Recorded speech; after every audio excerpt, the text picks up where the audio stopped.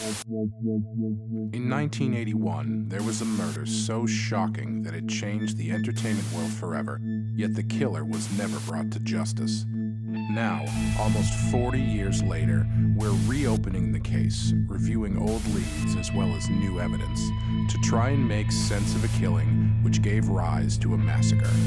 The who, what, why, and how of when video killed the radio star.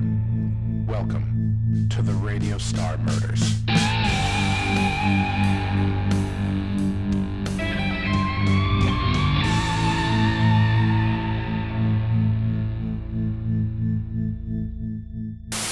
Hey everybody, welcome to the Radio Star Murders. This is a show where we try to decide if video did in fact kill the radio star. We're going to be breaking down music videos and trying to decide if the video aspect actually helps or hinders the song. Today is my choice.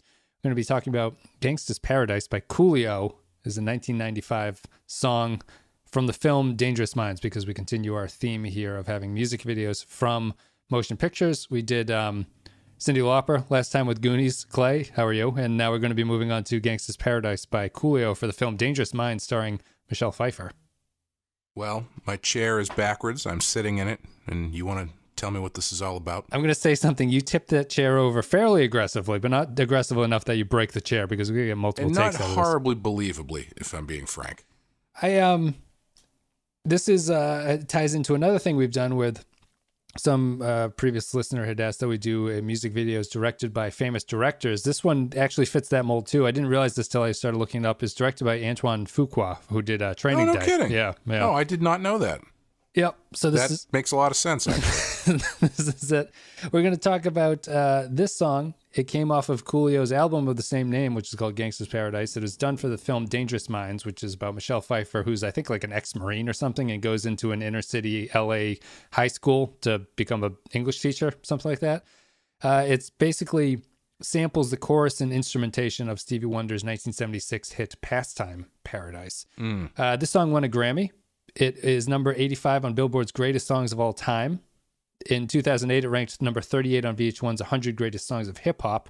Coolio won a Grammy for Best Rap Solo Performance, 2 MTV Music Awards for Video and Best Video from a Film, and the song was voted as the best single of the year in the Village Voice Critics Poll. So this was a fairly well-regarded song when it came out. How do you think the song holds up? We'll talk about the song and then we'll move into the music video.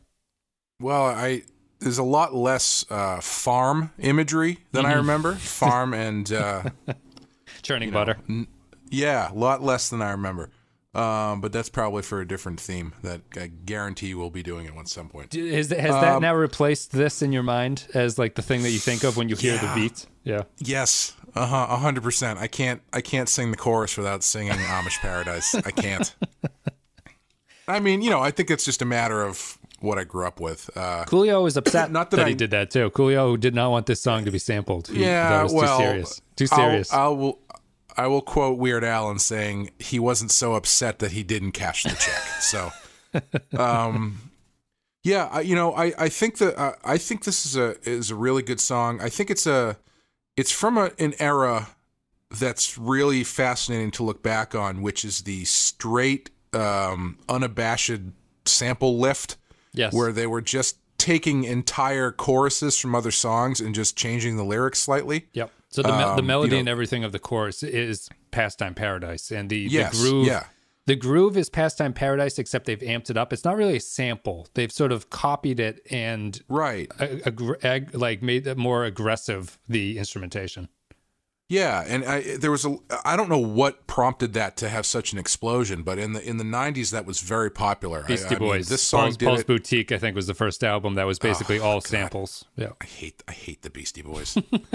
I've never liked them. My kid's gotten huge into the Beastie Boys for some reason. The 2-year-old. It's very bizarre, but I've been listening to a lot of Beastie Boys, and we might have to do a whole Beastie Boys themed month because I feel I have a lot to say. I have a lot to say about them at this point. Fine. Yeah, but it's this weird era of the 90s where they were just lifting like full choruses from songs and not really changing much and just rapping over them. And this I think is I think the song and the video for this are probably more memorable than the movie, because I never saw the movie, but I very clearly remember this video. Yeah. And I would argue, judging by the clips from the movie they play in the video, I think the video is better shot than the movie. It's more interesting to look at based on what I've seen here. Yeah, I've seen the movie and I barely remember it. I remember the song much more than the movie. This is a bigger hit of a song than the film had any kind of relevance or lasting impact. Yeah, and that era is so strange. Like I think it sort of topped out with did Godzilla kill it with "Come With Me"? Might have the Puff Daddy and where Led they just Zeppelin. straight up lifted cashmere and just wrapped on top of cashmere. Although there was a great SNL bit from the time where they were came into the recording studio where Puffy was working on his new song called "Come With Me Again," and it was just straight up playing the chorus off of the album for "Don't Want to Miss a Thing" by Aerosmith, and then every pause he would go, "Come with me again." But yeah, I think also this is there was a resurgence in the 90s of soundtracks and doing songs specific for movies and getting a lot of press for that I think this kind of tapped into. Yeah, I think it still holds up. I think the video holds up. It's probably the best thing that Coolio has ever been attached to. My thing about Coolio is the problem I have with this song, I guess, and I think the song is okay. I've been listening to it a lot, and I think I actually held it in a higher regard before I actually started listening to it a lot. Yeah. And I don't know how well it's aged, really, but I think that the groove is great, and that's all due to Stevie Wonder. So I can't really say anything about Coolio there. But the thing that I think about it is I was watching a lot of other sort of LA Compton hip hop videos of the time, like Dre and Snoop had a lot of this time. Coolio's feels to me, he reminds me of that bit from the Chappelle Show, Wayne Brady sketch where Paul Mooney comes in and says, white people like Wayne Brady because he makes Bryant Gumbel look like Malcolm X. Yeah. And I think Coolio's kind of that way. I think of Coolio, I think of Fantastic Voyage, which is like a real sort of like party song. Lift. Yeah. And so when I compare Gangsta's Paradise to it, it feels like Coolio is trying to be hard in this song in a way that I don't, in my mind's eye, remember him as being. Like, this is not a Dre and Snoop production. This is Coolio who does the slide, slippity slide thing. Yeah. And then it comes out with this. I think that's where the video succeeds so well, is that they do a good job of making him look really intimidating. And if you don't know him from anything else, I think you're going to buy it. But yeah, I mean, frankly, this would be like if you replaced Coolio in this video with like Pitbull. It wouldn't be. It would be pretty close. Yep. And I don't know how seriously one would take Pitbull trying to teach you about the horrors of the street. Yeah, but I guess all the awards at the time kind of imply people took it seriously in a way. No, I mean, I think it's, I don't think it's wrong to take it seriously. I mean, the message of the song is clearly something that's on the serious end. But yeah, I think that the video does more for Coolio's image than Coolio himself ever did. Let's put it that way. You're right. Yeah, I think it's, I think it's a pretty good, like, I appreciate the point of view of the song and everything like that. And the groove is good. The Pastime in Paradise groove is really great. And the chorus is catchy and everything.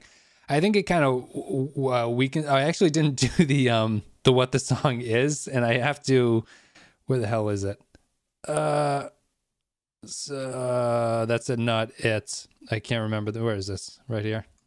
Sorry, I'm doing this. This is not working out of time. They had the song video description, and now I can't find it. I was going to read what it actually was, but it's on Wikipedia. I'll look for it while you go. But the Coolio thing and the song itself, I think it's almost, I don't know what to think about the lyrics of the song, because I think that they're vague and generic enough where they are, on one hand, applicable to a lot of situations. On the other hand, it feels like it's someone kind of making up a song about what this would be like. Like I feel like Dre and Snoop, when they were doing stuff of this era, it felt more real to me than this. Like this this feels kind of generic in a lot of ways. Like, and I also thought that the line was, as they grope, I see myself in the pistol smoke.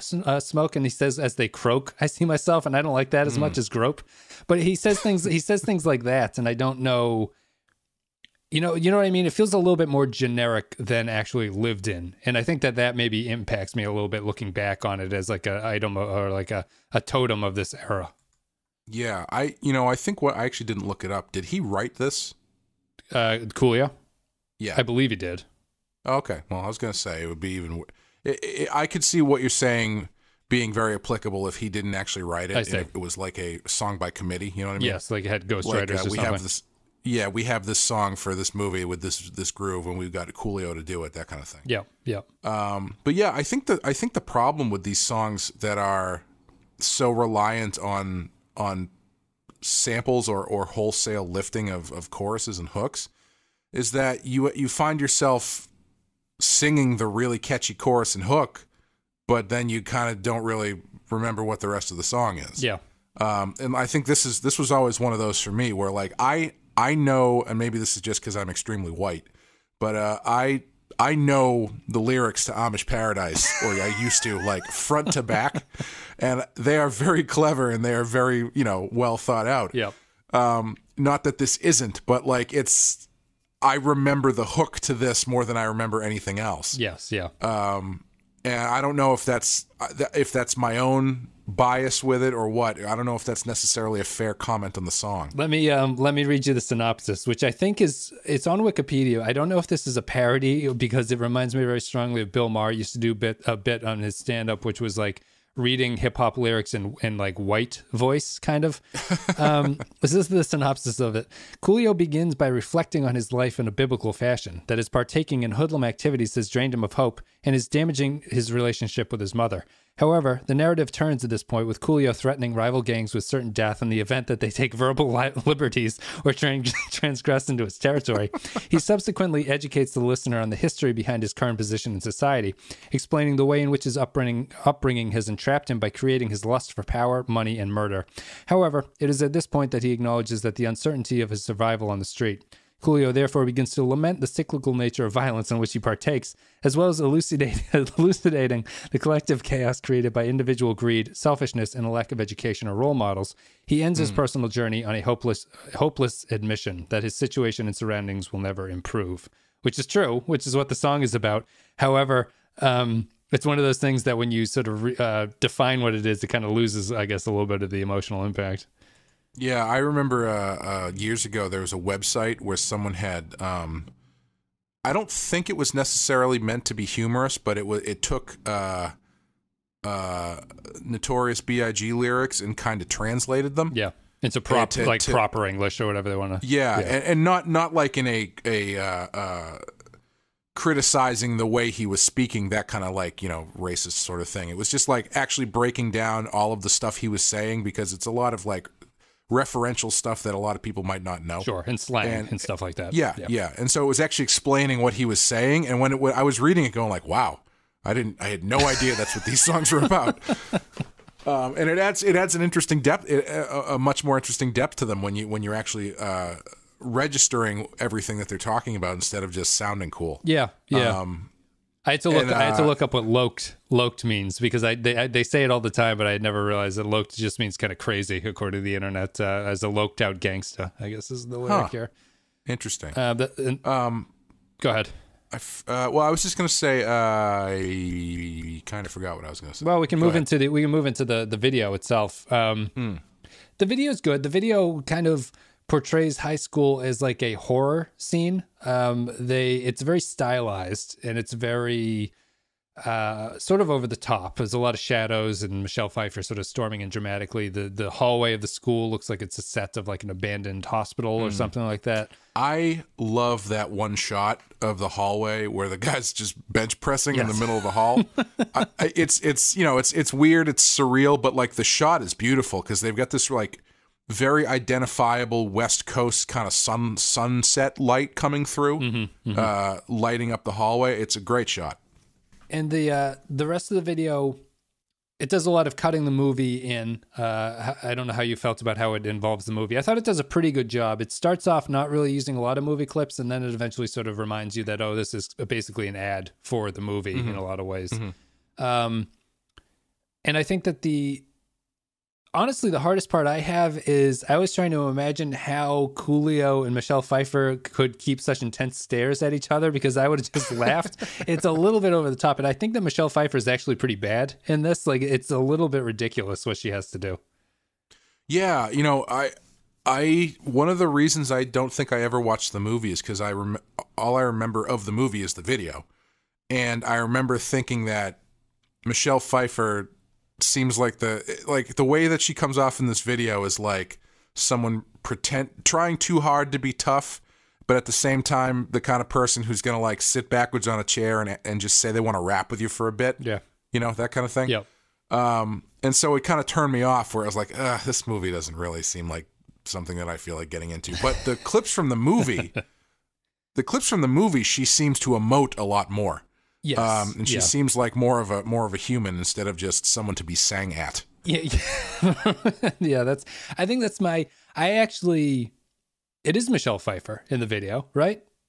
I remembered, and I wanted to clarify that because I remembered thinking it was based on the performance. I think I assumed a long time it was just a lookalike in her position. And I don't think that's the case. I'm pretty sure it is Michelle Pfeiffer, but no, that's her. The acting is weird from her. I think it's like it's just a little bit stilted, and they're very intense with each other, and he's kind of circling her and she's looking at her and she's tipping over chairs very dramatically and stuff. And I think that the video itself is pretty, I like the concept of the video more than maybe the acting and the actual like execution of it and stuff like that. Like, I really don't like the where she at the end where he's like laying in a pile of garbage and she brings up the kid wearing sunglasses and he takes them off and he's like, oh, it's me, and the cyclical nature of violence, as Wikipedia tells us, continues.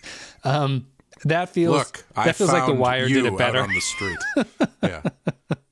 But outside of that, I think it's a much more successful than the Cyndi Lauper one at what it's trying to do, which is either be a music video of itself or sell this movie. Yeah, I think it's very successful at selling the movie, because I think this song single-handedly sets a tone for that movie that I don't know if it holds up, the actual movie, but like the clips from the movie with this music on top of it set a very definite tone that you know, I having not seen the movie, I don't know if I mentioned that, I haven't seen it. Yeah. When I think about this song, one of the first things that pops into my head is like the vision of an unruly classroom from an urban high school. Yeah, because it's just and the song adds that sense of gravity to the visuals from the movie that I think it works really well. And I think G-Funk hip hop is of an era enough now where you identify it with the 90s, the mid 90s a little bit. And it's probably my favorite style of hip hop backing production. You know, it's a lot of sampling, as you're saying, but it's sort of open and sparse and not really, it's not overproduced. It sounds like they're just sort of sampling 70s and 60s songs a lot of the time. Yeah. And I think that rhythm is life and life is rhythm. Right, exactly. Well, the rhythm is the bass and the bass is the treble. I think that that sound is something that hip hop doesn't really do anymore, and I kind of miss it. And I think that it ties it into that era, and that you think of the 90s movie as you're watching this. And I haven't seen the movie in a long time, but I do remember the song working well in the movie in that context. And maybe it's because you bring it in and you look forward to it, but I do remember them working hand in hand with each other. Yeah, it is very of an era. It's weird that it is kind of tied to movies too, because I mean, even Regulate has a clip from fucking Young Guns at the beginning of it, and that song has nothing to do with Young Guns the movie whatsoever. Yeah, we'll have to do. I love Regulate. That's a great song. It's a good song. Yeah.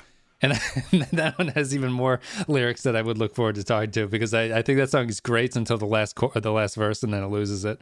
But yeah, I think this is good. I think that it's weird that it's Coolio. It's weird that Coolio is such a, like, the thing I remember now is Fantastic Voyage and his appearance on that Hot Wings show on YouTube where he eats hot wings.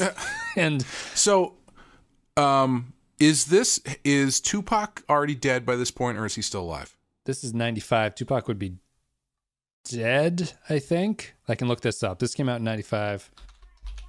Tupac died in 96. So this is just before he died. Yeah.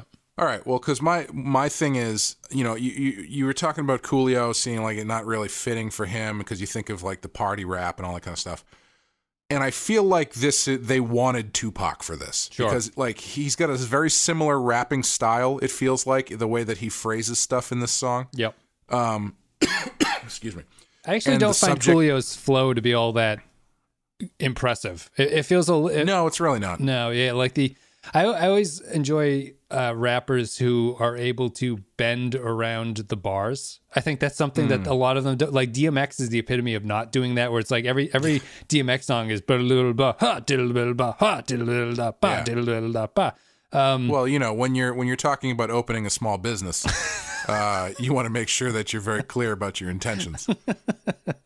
And Tupac kind of transcended that a little bit, but I understand what you mean in that they sound more similar than him and Snoop would sound, for instance. Yeah, and the content feels very much like a Tupac song. Basically, what I'm getting at is who would, if not Coolio, who would you pick? I feel like they want Tupac. I think so. Of that era. Yeah.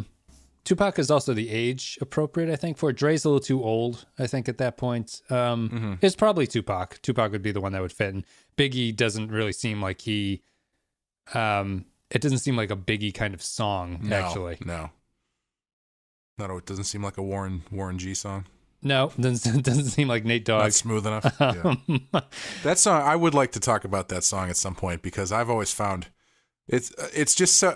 I find it so interesting how smoothly they talk about such awful things. You talk about Regulate. Yes, Regulate. Yeah. No, I love Regulate. I would easily talk about Regulate once we move in. We can do like a 90s G-Funk that would be great. Thing. Yeah. Put it on the list. But I think we're done with Coolio. It's been over 20 minutes, but that's it. Gangsta's Paradise. We'll put it up on the Spotify playlist. You guys can subscribe to the Spotify playlist to listen to all the songs that we've been talking about. Check out the video for it. It's directed by Antoine Fuqua, and then go watch Training Day. I suppose this was his test case for that. That's about it. Clay, have you figured out what we're going to be doing next for our third in the movie series? I think so. I was really man. There's so many of them but they all tend to be really similar. But I was trying to find one that was a little bit different from what we've done so far. And I think what I'm going to go with is, as I make the final decision in my head as I am talking, Big Gun by AC/DC. Okay. From the Last Action Hero soundtrack. Sure. I bet no one was expecting me to pick that. I don't think I've ever seen the video. So yeah, it's a weird video. It's actually not entirely dissimilar to this video if you think about like what it is that you're actually watching. Except that one ends with Arnold Schwarzenegger dressed as Angus Young, duck walking with a guitar.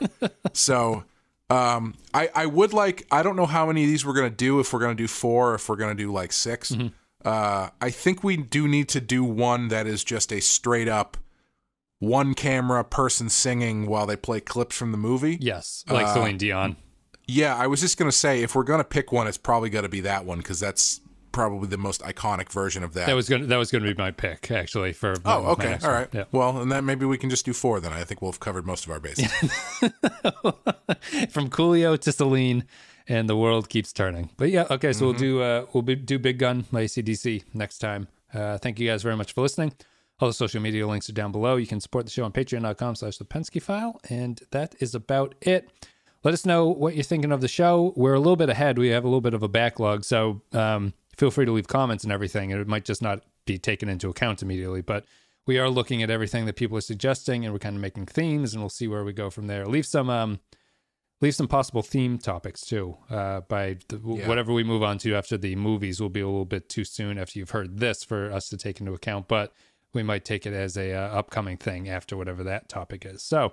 And thank you for listening, everyone, because everyone that has listened and reached out to us said they've really enjoyed this so far, and which I'm glad, because I I was wondering whether or not people were going to actually listen to this. So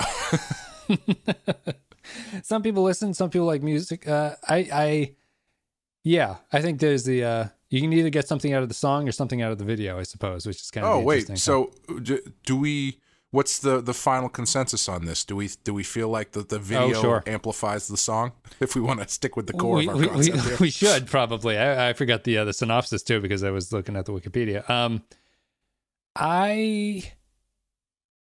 Yes, I think so. I don't think this. I occasionally with some of the videos we watch, like I don't feel it does harm to it. You know, I feel that's more the case here. I think that it's it has some weaknesses to it, like the acting and the sort of like melodrama of it. I don't think really carries through all that particularly well. I think the song functions better if you don't see them acting it out. But I don't think it does harm, and I think it sells the movie, which is what it's trying to do. So yes, I think that the video in this case is iconic and sort of deserving of that status. Yeah, I would agree. I don't think the song needs the video, frankly. I think the song is strong enough and sets enough of a mood by itself that you probably don't need it. But then again, I might be saying that from the point of view of someone who is so familiar with the video that the song automatically triggers certain visuals for me. Sure. So I think it is very successful. I think the video did amplify the song. I think it definitely amplified the movie, or at least made me think the movie was great, even though I haven't seen it. I don't know if I mentioned I haven't seen the movie, but well, here's one question for you. Yeah, has this song aged well? If Mike Magazine or something was to come up with like the 100 greatest hip hop songs of all time, and they included this in like the top 20. Ooh, is that like 20? Well, I'm just looking at the list of awards this song won. Like, I think if I was reading a serious hip hop greatest songs list and this was anywhere near the top, I'd be like, what the hell is this? Like, why is this song on this list right now? Well, I don't know. I mean, I think that you have to take into account cultural relevance, right? Because I mean, I feel like this was a very big song at the time. But yeah, I mean, I don't know if this has quite the staying power as a lot of other ones that would be on that list. Because it was everywhere for the summer or whenever the movie came out. Yes, and then it's very kind of fell off fairly quickly. Like I feel like you don't hear this on the radio as much as you would hear some of the best stuff from Snoop or Tupac or Biggie or anything. Yeah, I think all of those songs from those guys hold up more than this. I almost feel like this is like, I'd imagine this song would be playing right after Gautier's "Somebody I Used to Know" at the supermarket. Like I could imagine this song sort of popping up. That would be quite the illustration of extremes to have like a scene with Gangsta's Paradise playing over the supermarket at like a Whole Foods or something. That's how it is. But let us know, people, whether or not this song actually holds up. I'm interested. It's one of the things that I'm most interested in about this song. It won so many awards was the biggest thing that I was sort of amazed by. Not that it's a bad song, but I just I would have remembered it without Wikipedia as just a big song that got a lot of radio play over the summer one year. And I wouldn't have said like the Grammys would have been like, this is the greatest hip hop song that's ever been written this year. It kind of doesn't surprise me that it won a bunch of Grammys though, because it does feel like a very accessible. Yeah, pat yourself on the back kind of. It's the Green Book of rap songs. Let's put it that way. Yeah, and in that it is a very inaccessible song where they can point at it and the Grammy people can point at it and go, ooh, they're talking about social things and it's accessible for people like me. So let's show that we're hip and with it and we care about shit and give it a bunch of awards. Yes. And also that you have not seen Green Book either. I have not seen Green Book. Have you seen Did you see Green Book yet? No, it's on my queue. I have 2 left to go, and I'm going to be watching it. I'll let you know what to think about it. But yeah, that's certainly the cultural understanding of Green Book. If we start another show ever, it should be movies that we haven't seen, and neither of us have seen it, and let's just speculate about them. Based on what make really hard, steadfast, opinionated comments about movies we have not seen. Based on what our cultural memory is of that song in that year, it's like that was a really that movie really annoyed me.